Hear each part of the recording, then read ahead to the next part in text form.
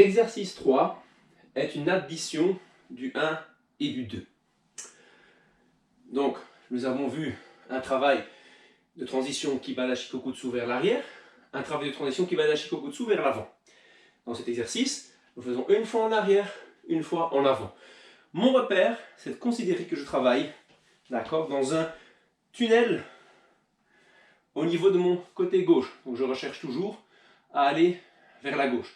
C'est toujours le bras qui fait tsuki qui arme le poing. Pardon, la main pour le kokutsu. Ensuite je reviens. Là. C'est toujours cette main-ci, mais je vais chercher à rester de ce côté-là pour mon travail et je vais donc vers l'avant. Là, je me retrouve dans l'axe gauche, mais avec le shuto droit et puis l'autre point. Et là, je reprends. D'accord, on va travailler l'inverse, puisque l'exercice, évidemment, est reproductible de l'autre côté. Donc, je travaille ici, je cherche mon axe, je ramène le pied arrière, boum, kokutsu. Tsuki, attention, je vais vers l'avant, là, et je reviens. Voilà. Ça, c'est pas compliqué. Quel est l'intérêt de cet exercice? C'est justement de se focaliser sur le travail, surtout de la cheville pivot, car elle est pivot, pas dans le sens qu'elle pivote tout le temps, mais pivot dans le sens où l'action se passe autour de cette cheville. Et c'est bien elle qui va être le plus stimulée dans le travail, c'est cette cheville, et également la musculature ici de la jambe, qui va travailler en appui constant. D'accord? Celle-ci, lorsqu'elle travaille, puisqu'elle fait le déplacement, dans son déplacement, elle est légère. D'accord? Celle-ci, elle doit soutenir. Elle ne se relaxe que quand elle prend l'appui. Mais tout de suite après, je reviens. Donc du coup, de nouveau, avec le 50-50, j'ai un appui. Je vais chercher vers l'avant, la jambe se relaxe, je place. De nouveau celle-ci, la jambe droite, puisqu'on travaille dans l'axe droit ici, qui travaille. Et puis je replace. D'accord? Voilà donc l'intérêt. C'est que vous allez bien pouvoir sentir votre travail d'action. Ok, tac, retour, bam, placer, tac, revenir, retour, tac, yo, revenir, yo.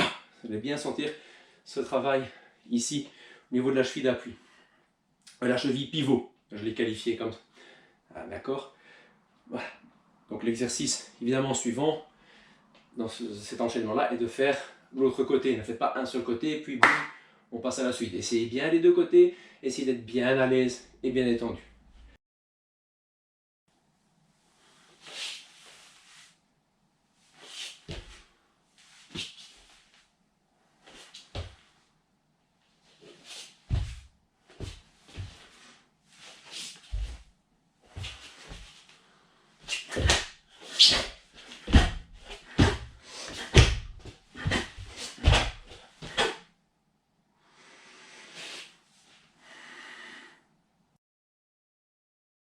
Cet exercice est un cumul des deux premiers.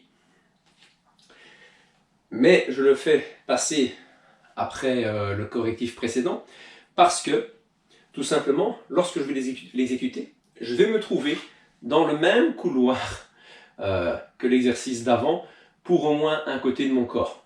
Donc, il se passe ce qui se passe au début, arrière, retour, arrière, retour, avant. J'étais dans le couloir, d'accord?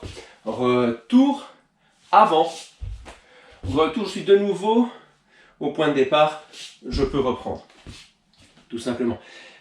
Bien entendu, si je veux, parce qu'ici mon couloir se trouvait sur la droite si vous voulez, donc j'ai fait 1, 2, 3, 4, je dois continuer à travailler sur ce pied pivot là, hop, et revenir. Ok? Si je veux changer de pied pivot, à ce moment-là, je dois repartir en arrière, boum, d'accord, et reprendre l'exercice à l'envers.